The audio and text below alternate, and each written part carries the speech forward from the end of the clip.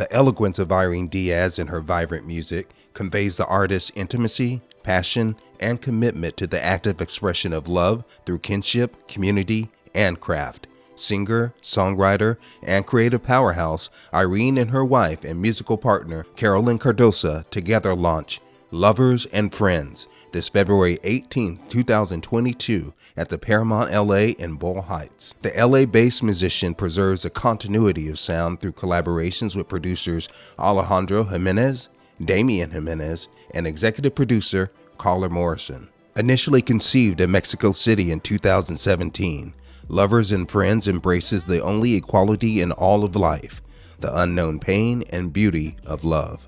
Diaz boldly explores the power discovered in the strength of vulnerability. Recorded at Pure Music in Burbank, California, and the infamous Baby Jesus Hood in Mexico City, Lovers and Friends is more than just an album to Diaz. To quote, "It's stories of my life and how I've loved wrapped up in 10 tracks. I realized that not only was I going through a creative evolution with my music, but also a personal evolution with who I am as an artist as a whole." End quote. As a lover of artists of all kinds, it has been an honor and pleasure witnessing this inspired, distinctive musical metamorphosis over a decade. Today, we hope to get a more in-depth look into the person behind the music. We are both grateful and excited to have Irene Diaz joining us live today on Release Me.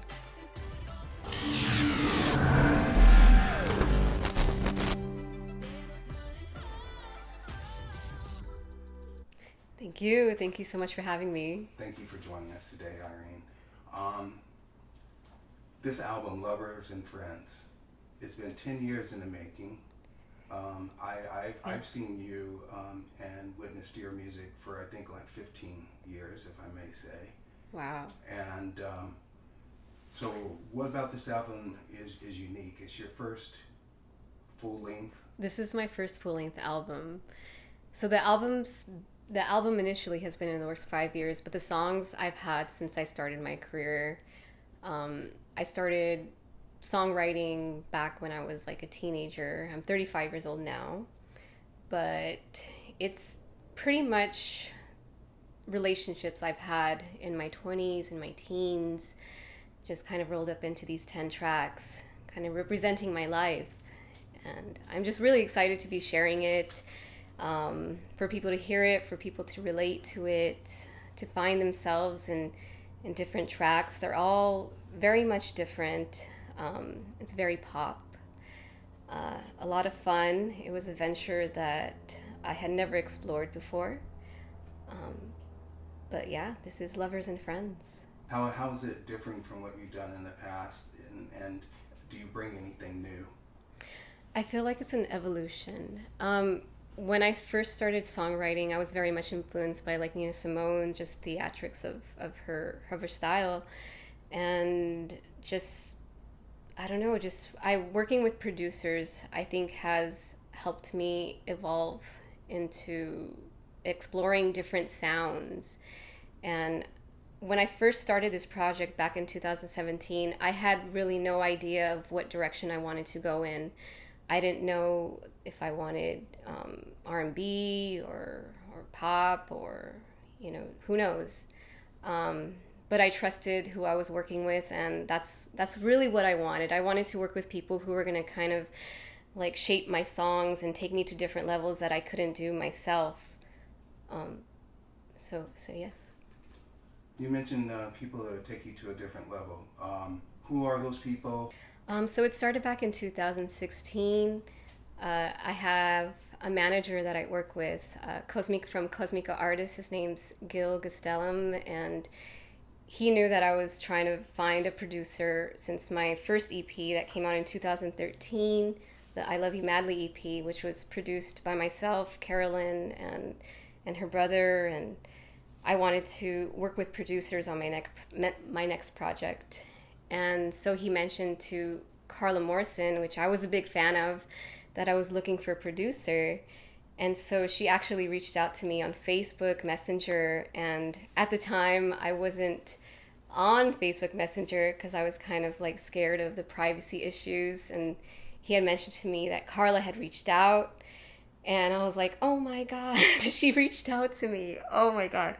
So I ended up getting back on Messenger, and sure enough, she had contacted me and said, I heard that you're looking to produce an album. I'm not a producer myself, but I do work with my boyfriend, who is her husband now, Alejandro Jimenez, and his brother, Damian Jimenez.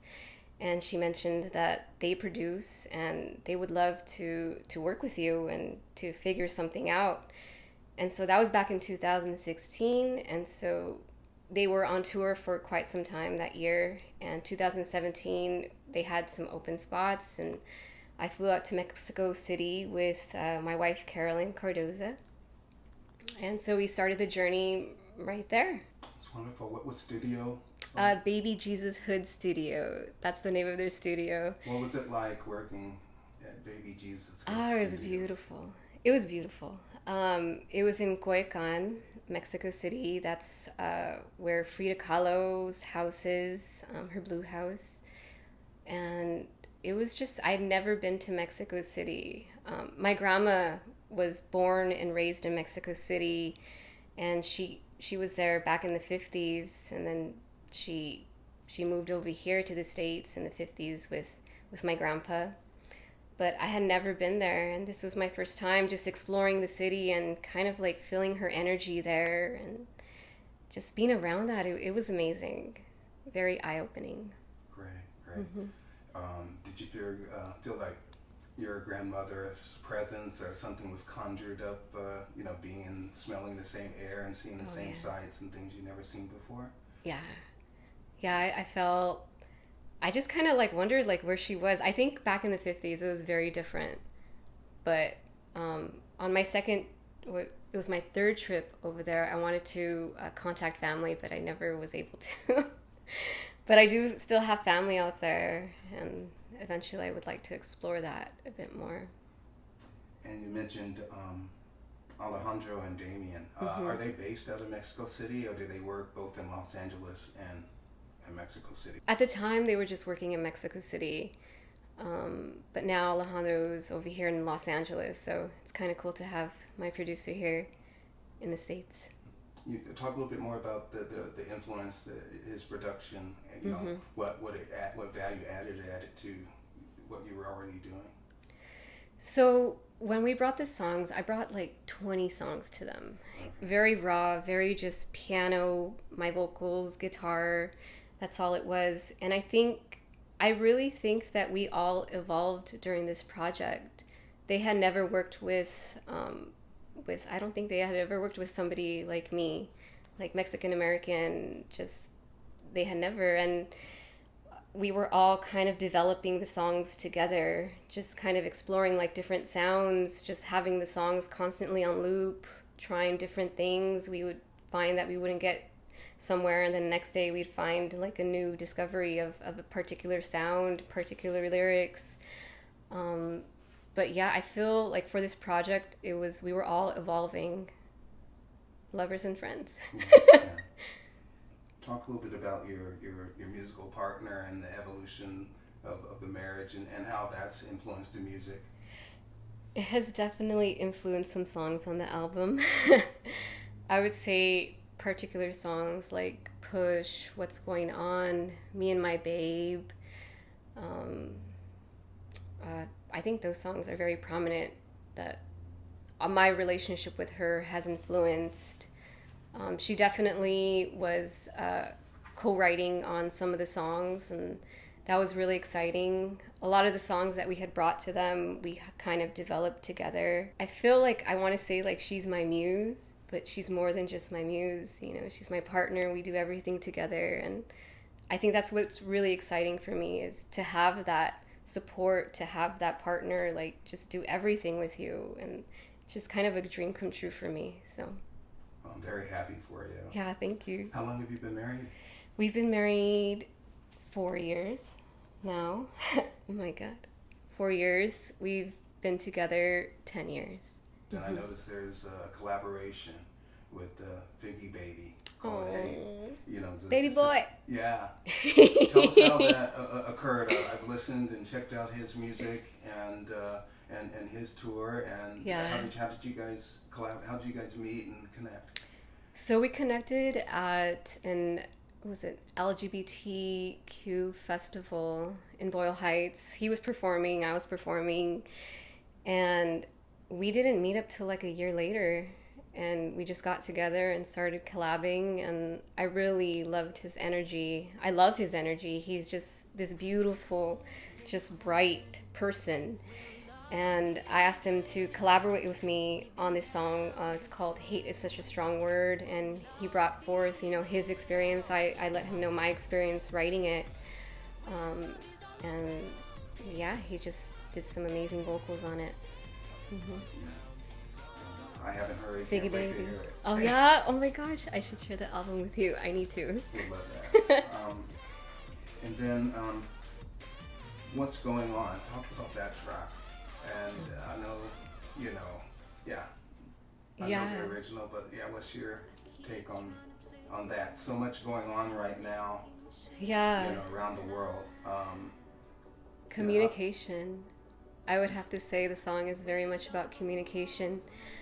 Not being able to communicate. Sometimes we just don't have the words, or we feel like lost, and it forces others to kind of make up things in their head, like, what's going on with you, you're not talking to me. And that's kind of where the song came about. But it's very free. The song came about very free form. It doesn't have a particular like pop structure, and that's what I like about it, because it's just very free and very ethereal. So it's one of my favorite songs on the album. Mm-hmm. What's going on? And you mentioned Push earlier. Yeah. And I've listened to that. Yeah. Talk a little about that track and what it means to you personally. So I would have to say it's very personal. Personal in the sense that my wife and I were going through just kind of like a push and pull in our relationship, we just were bumping heads, and we couldn't quite figure out like how to move on and how to move forward with each other. And sometimes you reach a point where you're not pushing or you're not pulling anymore, and you just have to back off. And yeah, Push it's one of those songs that like I've cried like singing it. The video moved me so deeply. Talk about your visual team, because it's so creative. I mean, like Push really moved me, and then the whole series, harking back to, the 1920s black and white silent movies. There's so much creativity that goes, other aspects that go into your music. That it's amazing to me. Yeah. So the Push video actually has more to do with my evolution, the push and pull that I've had with my relationship with my career as an artist. Like, I feel like I've been very not so vulnerable with people, but very just like kind of scared and just holding back a lot of myself. And if you look at the video, like I'm pretty much bare. Like I wanted to be bare. I wanted it to be impactful, in the sense that like this is me. This is my rawness. And in the video, like I'm holding the Crazy Love dress. I'm sure you've heard Crazy Love. Crazy Love is one of the songs that Carolyn and I wrote together, and it's a song that I don't think if it had come out, we would be where we're at. That song has like elevated us to different places, to different ears. And so me like holding that dress in the video is just me paying homage, and me just being so thankful, but also like moving forward. And like I'm ready to explore something new. We'd like to thank Irene Diaz for sharing her new full-length album, Lovers and Friends, released Friday, February 18, 2022 on Release Me.